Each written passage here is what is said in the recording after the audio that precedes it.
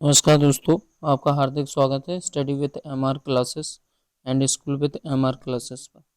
आज एक छोटा सा टॉपिक लिया गया आधुनिक भारत के इतिहास का, गांधी जी का पहला सत्याग्रह, जिसका जिसे चंपारण सत्याग्रह के नाम से जाना गया। हालांकि हम थोड़ा सा उससे पहले की कहानी को समझते हैं। जैसा कि आपको पता होना चाहिए कि 1893 में महात्मा गांधी दक्षिण अफ्रीका गए थे। 1893 में महात्मा गांधी दक्षिण अफ्रीका जाने के बाद वहां से 46 वर्ष की आयु में, ये भी पूछा जाता है क्वेश्चन कई बार, वहां से 46 वर्ष की आयु में 1915 में महात्मा गांधी कहाँ लौटे थे? 1915 में महात्मा गांधी भारत लौटे।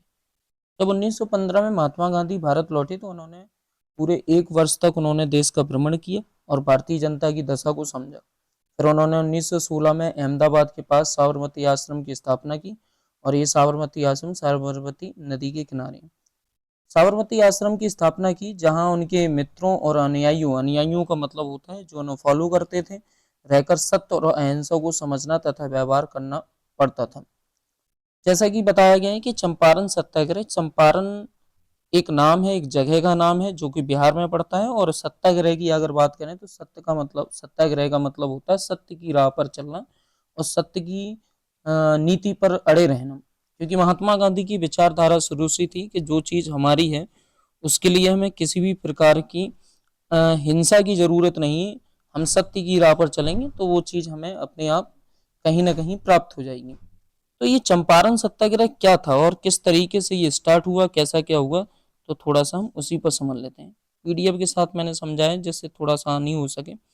जैसा कि इसमें लिखा है कि बिहार के कई राजनेताओं ने संबोधित किया और 1916 के लखनऊ कांग्रेस में पहली सभा महात्मा गांधी के अनुरोध की कि वे चंपारण के किसानों के खिलाफ किए गए अत्याचारों के खिलाफ एक आंदोलन का क्या करें, आयोजन करें।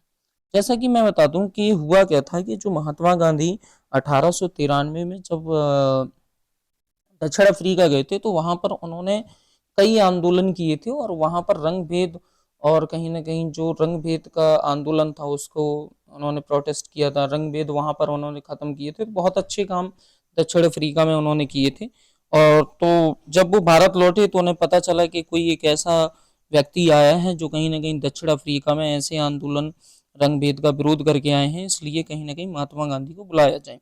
तो महात्मा गांधी ने वादा किया था कि वे उनमें से भेंट करेंगे, और 10 अप्रैल 1917 को वे पहली बार पटना पहुंचे, जो कि बिहार की राजधानी, और 5 दिन में मुजफ्फरपुर से चंपारण जिला मुख्यालय मोतीहारी पहुंचे।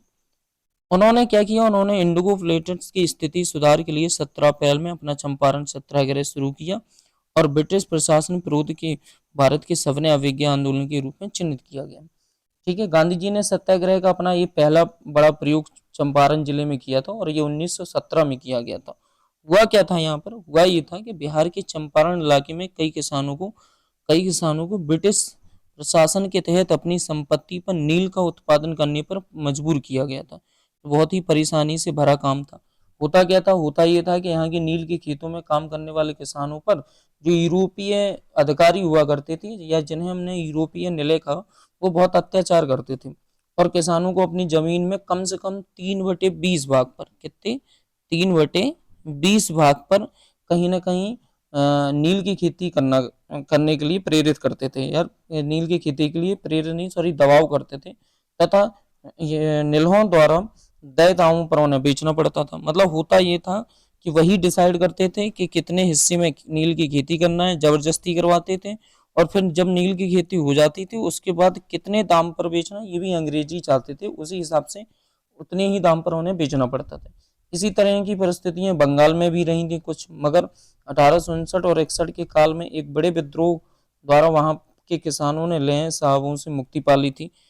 अब आगे इसमें बोला जा रहा है कि राजकुमार शुल्क नाम से एक साहूकार ने गांधी जी को संपर्क किया और उनसे सहायता मांगी।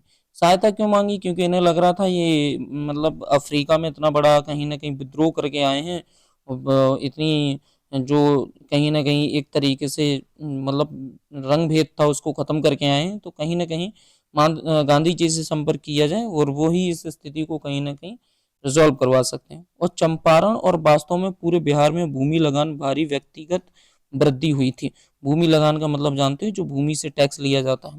किसानों को नील की खेती के लिए मजबूर किया गया, और जिससे अन्य फसलों की खेती करने की उनकी क्षमता जो हो जाए वो क्या हो जाए, सीमित हो जाए। ये अंग्रेज थे और उनसे भी ये अपेक्षा की जाती थी कि वे अपना सारा समय और प्रयास जमींदार द्वारा चुनी गई फसलों के लिए ही क्या करें, समर्पित करें। किसानों को मामूली मजदूरी दी जाती थी और इसमें कम वेतन पर गुजारा करना और उनके लिए बेहद मुश्किल हो जाता था। तो अंग्रेज हुआ करते थे, उन्हें मामूली मजदूरी दिया करते थे नाम मात्र के, और किसानों को अपनी भूमि का सबसे अच्छा उन विशिष्ट फसलों को उगाने के लिए खर्च करने के लिए मजबूर किया गया था जो जमींदार चाहते थे, क्योंकि जमींदार अंग्रेज के ही कहीं ना कहीं हिस्से में आते थे और अंग्रेज मिले जुले होते थे।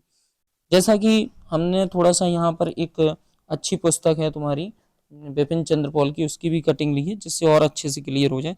जैसा कि देखो मैंने अभी जो पहले बताया इसमें लिखा भी गया है कि 3/20 भाग पर नील की खेती करना हुआ करती थी। अब हुआ क्या था कि दक्षिण अफ्रीका की संघर्षों की कहानी सुनकर चंपारण के अनेक किसानों ने वहां आकर उनकी सहायता का निमंत्रण दिया। और गांधी जी के साथ कौन कौन था, तो बाबू राजेंद्र प्रसाद थे, मजरूल हक थे और जेबी कृपलानी और नरसिंह पारिक, महादेव देसाई, और 1917 में वहां पहुंचे और किसानों की हालत के विस्तृत जांच पड़ताल करने लगे। जब जिले के अधिकारियों को पता चला कि भैया महात्मा गांधी आए जिन्होंने दक्षिण अफ्रीका में कई विद्रोहों को जीता है और कई जो विरोध हुए उनको शांत भी कराया है, तो जिले के अधिकारियों ने जल बनकर चंपारण छोड़ने का क्या दिया, आदेश दिया। किसे, महात्मा गांधी को। मगर उन्होंने आदेश का उल्लंघन कर दिया, उल्लंघन का मतलब नहीं माने और जेल के मुकदमे के लिए तैयार रहे।